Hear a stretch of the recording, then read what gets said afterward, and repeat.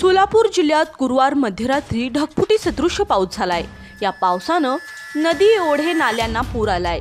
या पुराच्या पाण्यात 3 युवकांनी धाडस करून दुचाकी घातली, तेव्हा दुचाकीसह 2 तरुण वाहून जाऊ लागले। या घटनेचा आता व्हिडिओ समोर आला आहे।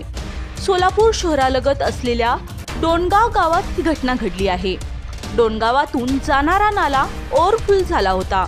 हे पाणी सीना नदीला जाऊन मिळतं। या पुराच्या पाण्यात 3 जणांनी धाडस करून दुचाकी घातली। पुराच्या पाण्याचा प्रवाह जास्त होता, त्यामुळे तरुण दुचाकीसह वाहून जाऊ लागले। मात्र त्यातील एकानं प्रसंगावधान राखत उडी मारून काठ गाठला, तर दोघेही दुचाकीसह वाहून जाऊ लागले। थोड्या अंतरावर दोघांनी एकमेकांना हात देत जीव वाचवला। या दरम्यान त्या तरुणांची दुचाकी मात्र पाण्यात वाहून गेली। ही संपूर्ण घटना स्थानिक नागरिकांनी मोबाईलमध्ये कैद केली असून त्याचा व्हिडिओ आता सोशल मीडियावर चांगलाच व्हायरल होत आहे।